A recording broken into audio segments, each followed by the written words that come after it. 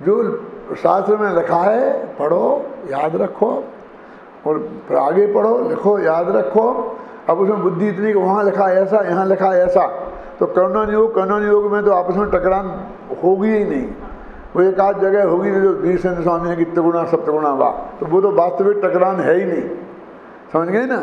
ये अध्यात्म के साथ जब उसका मिलान होगा तो टकरान होगी, तो फिर वो तो अध्यात्म हो गया। फिर आपको जवाब देना पड़ेगा किस अपेक्षा, क्या अपेक्षा, क्या अपेक्षा। तो उसमें स्मृति की विशेषता है। बुद्धि भी दो तरह की होती है।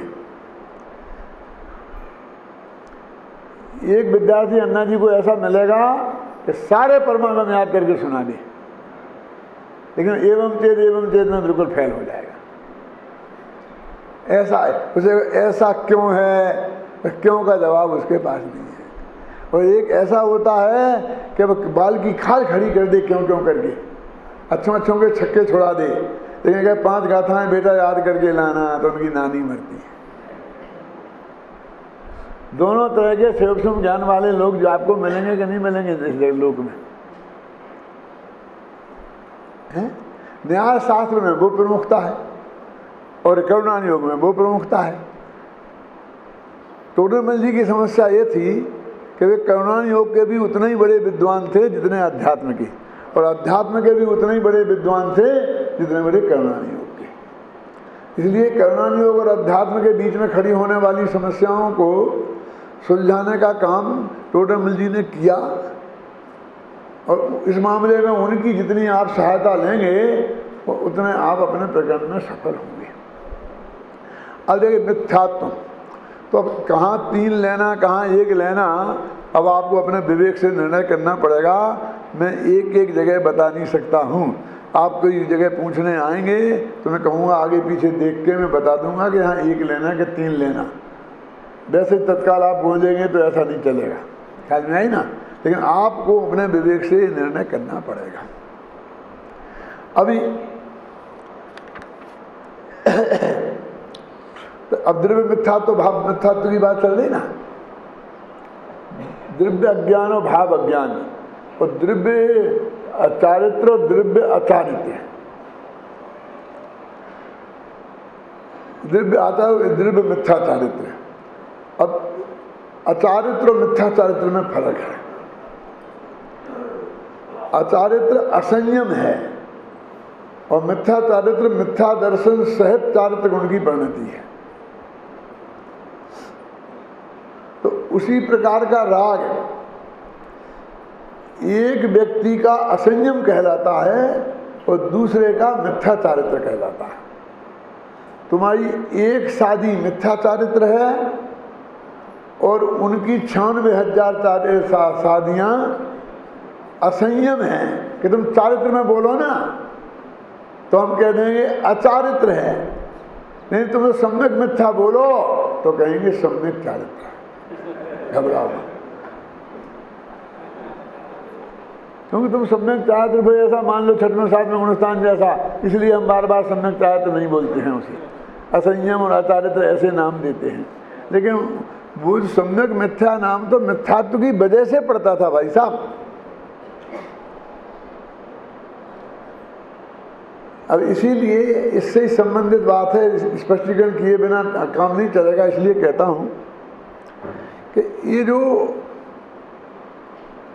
अज्ञान भी 3 तरह का शास्त्रों में वर्णन, एक औधिक अज्ञान 2 तरह का मुख्य रूप से, और एक क्षयोपशमिक अज्ञान।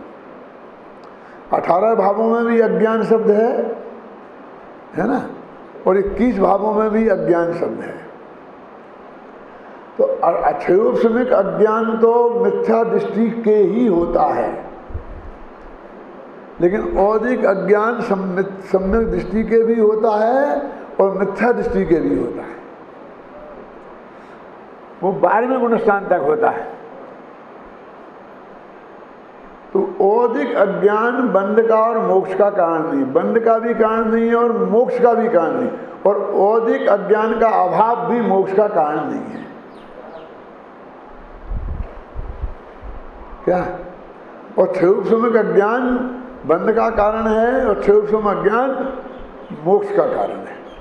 क्षयोपशम ज्ञान कि वो उसमें ज्ञान, अज्ञान मिट गया, मिथ्यात्व मिट गया, उसका ज्ञान। तो वो तो सारा ही ज्ञान सम्यक ज्ञान नाम पाता है।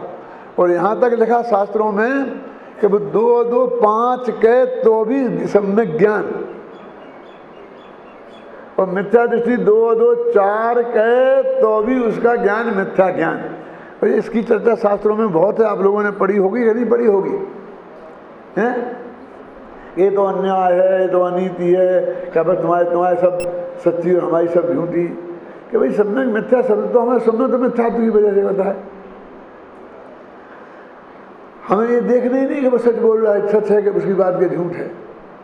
झूठ तो हो सकती है, सम्यक दृष्टि की बात, घबराना नहीं। क्यों कि अभी केवल ज्ञान नहीं है ना, लेकिन प्रयोजनभूत तत्वों में उसकी बात झूठ नहीं होना चाहिए। बाकी के लोगों में बारे में सत्य हो, झूठ हो और नहीं जाने, तीनों ही अवस्थाओं में बंध मोक्ष का कोई संबंध नहीं है। और इसलिए जैनाचार्यों को न्याय शास्त्र में अध्ययनों से बहुत बहस करनी पड़ी, क्योंकि वो ऐसी बात कैसे स्वीकार करें कि तुम्हारी सब बात सच्ची और हमारी सब झूठी। समंतभद्र ने बहुत लड़ाई की कि भाई स्याद लगाओ, स्याद के बिना वस्तु सिद्ध नहीं होगी। जब वे हार गए लड़ते लड़ते, तो अंत में उन्होंने एक अंतिम हथियार का उपयोग किया कि हम तुम्हारे शास्त्रों में भी ऐसे हजारों वचन निकाल दें कि जिनमें स्याद शब्द का प्रयोग नहीं किया गया है। क्या समझे ना? तो उन्होंने कहा लाओ, देखो भैया हम स्यादवादी हैं ना, तो हमारे माथे पे स्यादवाद का तिलक लगा है, इसलिए हमने जहाँ स्यादवाद लगाया हो वहाँ तो लगा ही है, और जहाँ नहीं लगाया हो वहाँ भी लगा ही है। पर अब क्या, अब बोलो, लाओ, अब लाओ। क्या क्या क्या कहा सोन भाई? हम जहाँ नहीं लगा पाए हों, क्यों नहीं लगा पाए हों? लगाना चाहिए था। भाई बहुत बातें होती हैं, कैसे होती हैं कि ठंड में जगह नहीं है, ऐसा भी होता है? और हर दफे ऐसा थोड़ी लंबे लंबे उपचरित असदभूत व्यवहार नए, इतना थोड़ी बोला जाता है। गाथा में तो कह देंगे व्यवहार नए ने, और शुद्ध परम शुद्ध निश्चय नए, और इतना लंबा थोड़ी बोलेंगे निश्चय नए ने, शुद्ध नए ने। कहीं निश्चय बोल देंगे, कहीं शुद्ध बोल देंगे, हैं? कहीं 2 ही शब्द नहीं तो परमार्थे में कह देंगे, बस खत्म, परमार्थ से। तो इसलिए इस तरह के प्रयोग मिलेंगे। अब उन नयों को लगाना आपकी ड्यूटी है। हमारे में तो लगा हो तो, नहीं लगा हो तो लगा हुआ ही है। आप हम नहीं मानते तुम्हारी बात को, नहीं मानते हो तुम अपने घर जाओ, हमारे पास कोई उपाय नहीं है। क्या हमारी कथन शैली की बात तो हम बताएंगे।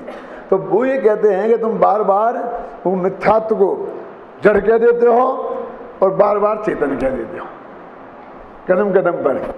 तो हमें तुम बता ही दो कि कितने प्रकार का है ये और कहाँ कहाँ है, किस किस के अर्थ में है। तो ये गाथाएं हैं। मिच्छित्तम पुण्य दुविहम जीव अजीवम तहैव अन्नानम अविरधि जोगो मोहो कोहादिया इमे भावा पौगलकम मम मिच्छम जोगो अविरधि अनानमा जीवम उभयोगो अन्नानम अविरधि मिच्छम च जीवदू। पढ़ो हिंदी। मिथ्यात्व अविरधि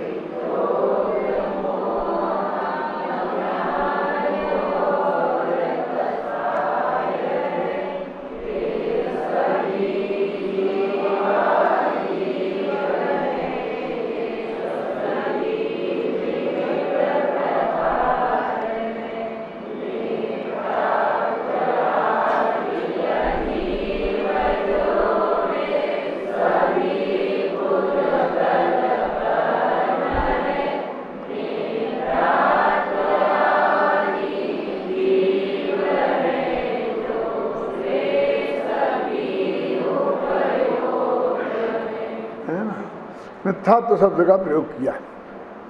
तो मैंने बोला ना कि मिथ्यापन और सम्यकपन बाकी में अकेले इस मिथ्या दर्शन के कारण, मिथ्या सम्यक दर्शन के कारण होते हैं, इसलिए उनको आदि में ले लिया। तो ये मैं नहीं है। तो कहते कौन कौन? मिथ्यात्व भी, और मिथ्यात्व भी दो प्रकार का है, जीव और अजीव। और वो क्या, मिथ्यात्व, कषाय, योग, ये सब चीज़ें जो भी दर्शन मोह शास्त्र मोह से संबंधित चीज़ें हैं, भी सभी, ये मैं आपको कल परसों कह चुका हूँ कि 7 कर्मों के बारे में तो बात ही नहीं करना। हमारे साथ तो कहता मुझे बात ही नहीं करना। क्यों? कि अब वो तो खत्म है। इसके लिए मैं ऐसा बोलता हूँ कि एक आदमी इतना गुस्सा था दूसरे आदमी पर कि उसने कहा कि मैं इसकी हत्या करूँगा। तो शाम को तो किवाड़ विवाड़ बहुत बंद हो जाते हैं, चौकीदार लग जाते हैं, दिन में आवागमन रहता है। तो बंदूक लेकर और दिन में वो जाकर उसके पलंग के नीचे छिप गया। पलंग के में से पर्दा लगे, डले ही रहते हैं चारों तरफ, छिप गया कि अब मैं रात में जब सब सो जाएंगे तो इसको मार कर, और फिर अपने अंदर से तो किवाड़ सब खोल ही सकते हैं ना, बाहर से नहीं खोल सकते, खोल के भाग जाऊंगा। इतने में उसे हार्ट अटैक पड़ा, आया, बहुत जोर का आया। तो डॉक्टरों को बुलाया, ये बुलाया, ये बुलाया। अब डॉक्टर बोले भैया हमारा काम नहीं है, नमोकार मंत्र सुनाओ, राम का नाम लो, दवा का काम नहीं है, दुआ से काम चलेगा। अब जो तुम्हें अंत समय में करना हो, पूछना पाछना हो, वो पूछ पाछ लो, ये जाने वाले हैं। अब वो जो आदमी नीचे छिपा है वो उसी आदमी को मारने के लिए आया था, और वो डॉक्टरों ने कह दिया कि ये घंटे 8 घंटे में मर जाएगा। अब मेरा आप लोगों से प्रश्न है, अपने हृदय में उत्तर देना, बोलना नहीं, कि वो आदमी को क्या सोचेगा अथवा क्या सोचना चाहिए कि सारा जो काम करने में आया था अब वो अपने आप ही होने वाला है, तो मैं हत्यारा क्यों बनूं? आखिर पुलिस पकड़ेगी, मुकदमा चलेगा, जेल में जाना पड़ेगा, फांसी पे भी चढ़ सकता हूँ। एक तो ये बात है, और एक ये कि मेरा काम और कठिन हो गया है। क्यों? कि जो 8 घंटे में ही मर जाएगा तो मैं इसे मारूंगा कैसे? अभी तो ये था कि सुबह तक मार दूंगा, और अब तो ये आधे घंटे में मर जाएगा। और दूसरी ये है कि ये सब लोग सो जाएंगे, घर घर जाके ये भी सो जाएगा। अब तो सब जगह बैठे नमो नमो रंतारम बोल रहे हैं, चारों तरफ बैठे। अब मैं क्या करूं? बोलो, वो क्या सोचेगा? क्या सोचना चाहिए उसे? आपके विवेक से अपने मन में निर्णय करो कि फटाफट निकल के मारो, चाहे जो कुछ होगा तो हो जाएगा, ये मर जाएगा तो मेरी प्रतिज्ञा खत्म, पूरी नहीं होगी। मैंने इसे मारने की प्रतिज्ञा करी थी, ये करके आया था कि आज तो मार के ही आऊँगा, चाहे मुझे फांसी पे चढ़ना पड़े। ऐसे भी लोग होते हैं ना, बहुत सूरवीर लोग हैं। अब मैं बेवकूफ़ तो कहना नहीं चाहता हूँ, क्योंकि बड़े बड़े नाम उसके साथ जुड़े हुए हैं। अर्जुन ने भी ऐसी प्रतिज्ञा की थी ना कि शाम तक जयद्रथ को मार दूंगा, नहीं तो अग्नि में कूद के मर जाऊंगा। क्यों भाई साहब? तो ये प्रतिज्ञा सही थी, सब अर्जुन जैसे आदमी, मोक्षगामी आदमी ने की थी। और आप कैसी बात करते हो, सही नहीं है तो क्यों? अरे भाई, ये तो परोपजीवी प्रतिज्ञा थी कि शाम तक उसे परदेव का आत्मा करता धरता है ही नहीं। क्यों? हम तो मिथ्या दृष्टि घोषित कर देते, हाँ होते तो उसे कि एक कहते अजय प्रतिज्ञा करता मार दूंगा और नहीं तो मैं जल के मर जाऊंगा। क्यों? मैं आपसे पूछता हूँ, मारना तो उसके हाथ में था ही नहीं, क्योंकि भाग जाता, छिप जाता, सामने लड़ने आता ही नहीं तो क्या करते? मरना भी उसके बाप के हाथ में था, कम से कम अर्जुन के हाथ में नहीं था। आपके हाथ में है कि नहीं है आप जानो। क्यों भाई, बोलो वकील साहब, क्यों नहीं था? वो मोक्षगामी जीव था, वो आत्महत्या कर ही नहीं सकता। वो वज्रसम नारा सहनन वाला था, वो अग्नि में कूद जाता तो जल ही नहीं सकता था। असंभव की प्रतिज्ञा ली ना, मारना की जो मरने की, वो तो प्रतिज्ञा उसकी टूटनी ही थी। अब मैं यदि ऐसी प्रतिज्ञा लेने वालों को कोई ऐसा शब्द बोल दूं जो जाके अर्जुन पे छेटे तो मुझे तो लेने के देने पड़ जाएंगे, इसलिए मैं कुछ नहीं बोल सकता।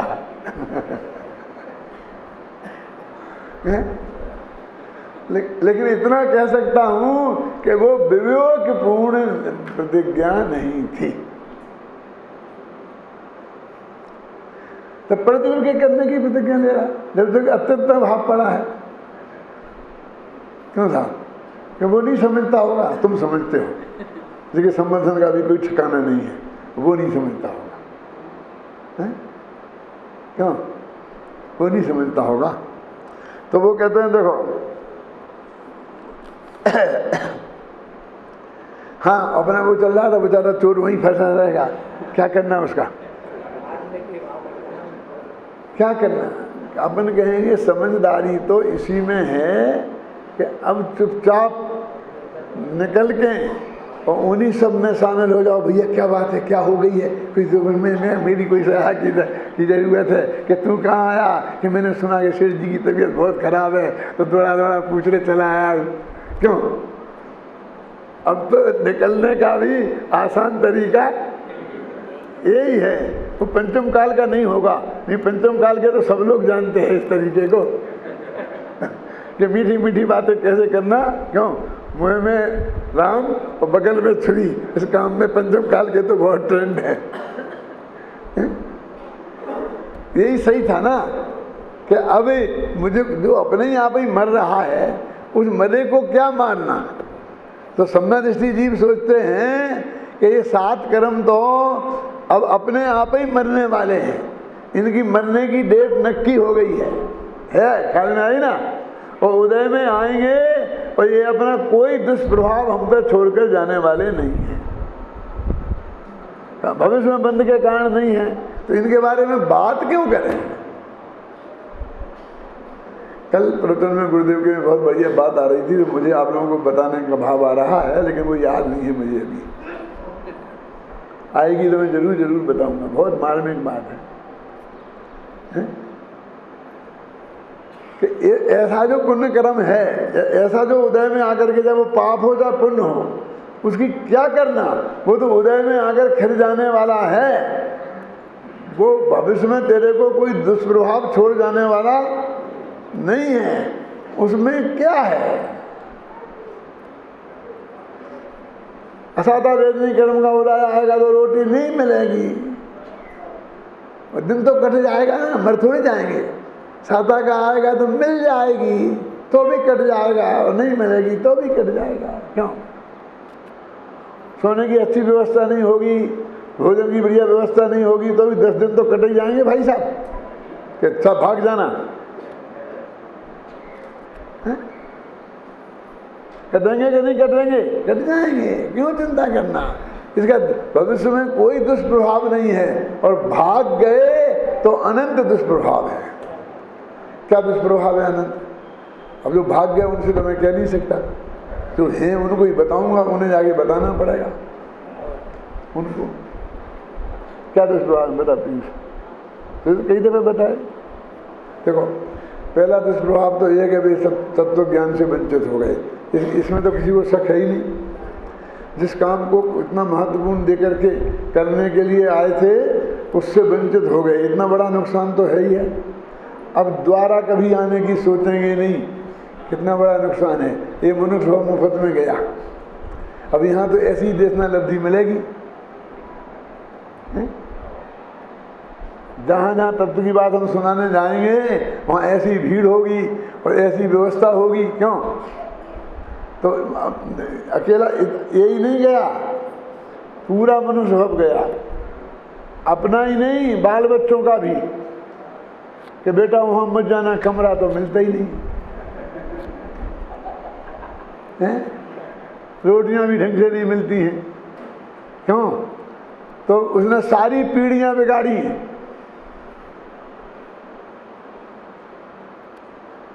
क्यों?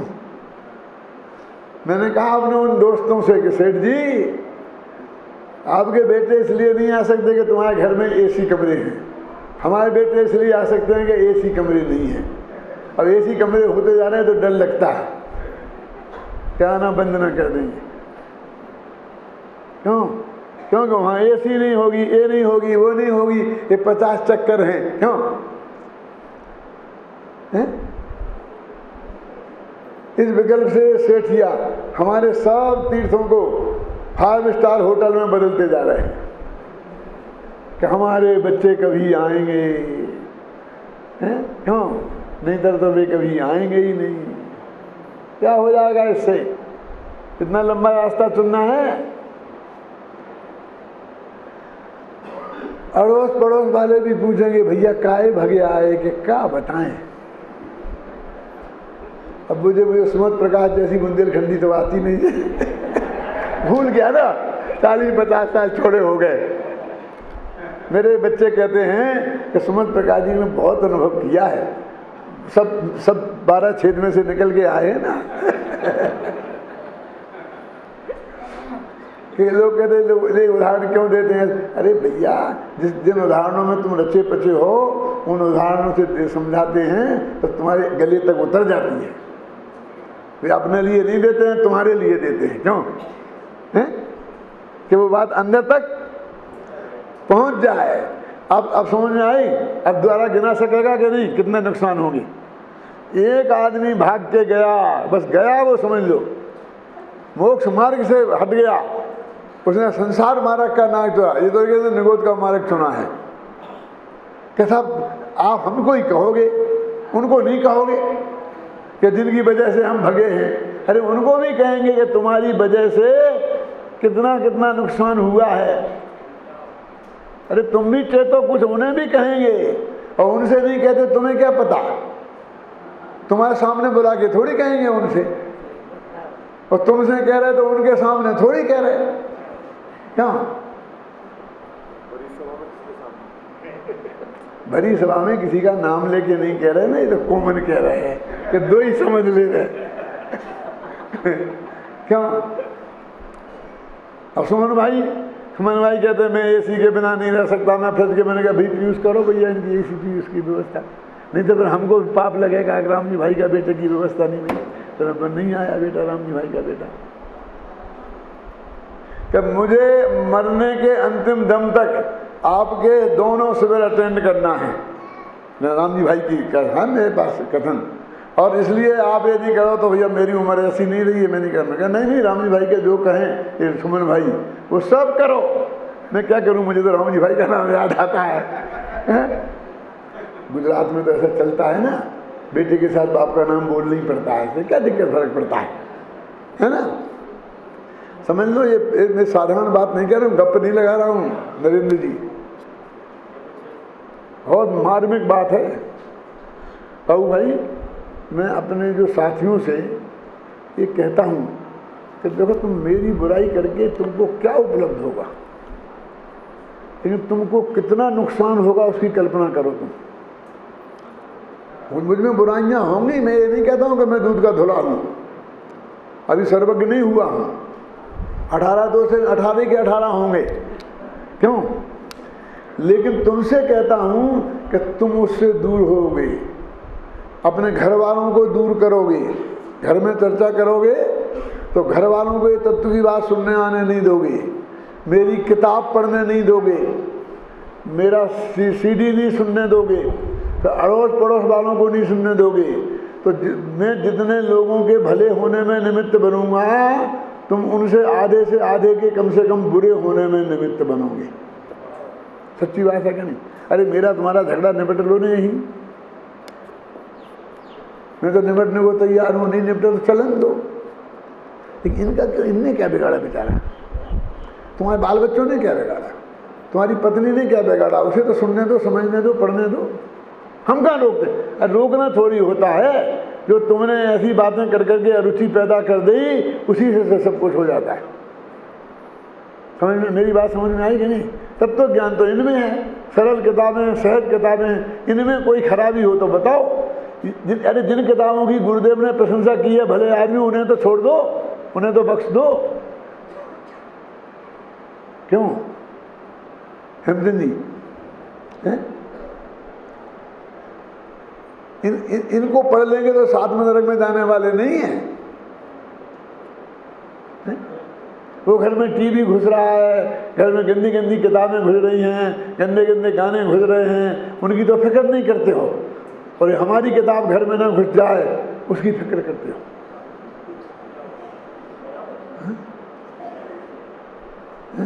तो हम अपने ही घर में आग लगा लें क्या?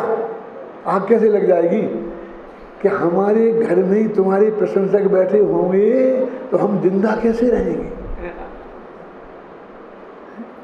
हम नहीं, तुम नहीं, तुम्हारा देश जिंदा कैसे रहेगा? तुम्हें क्या दिक्कत है? सबसे बढ़िया बात तो हमसे भाई यही है, छोड़ दो। उसमें हमारा कोई योगदान हो, हमारे हाथ जोड़ने से काम चलता हो तो हम जोड़ने को तैयार हैं। और हम निमित्त नहीं तो हो सकते हैं ना। और हमें क्या करना पड़ा? निमित्त को क्या करना पड़ा है?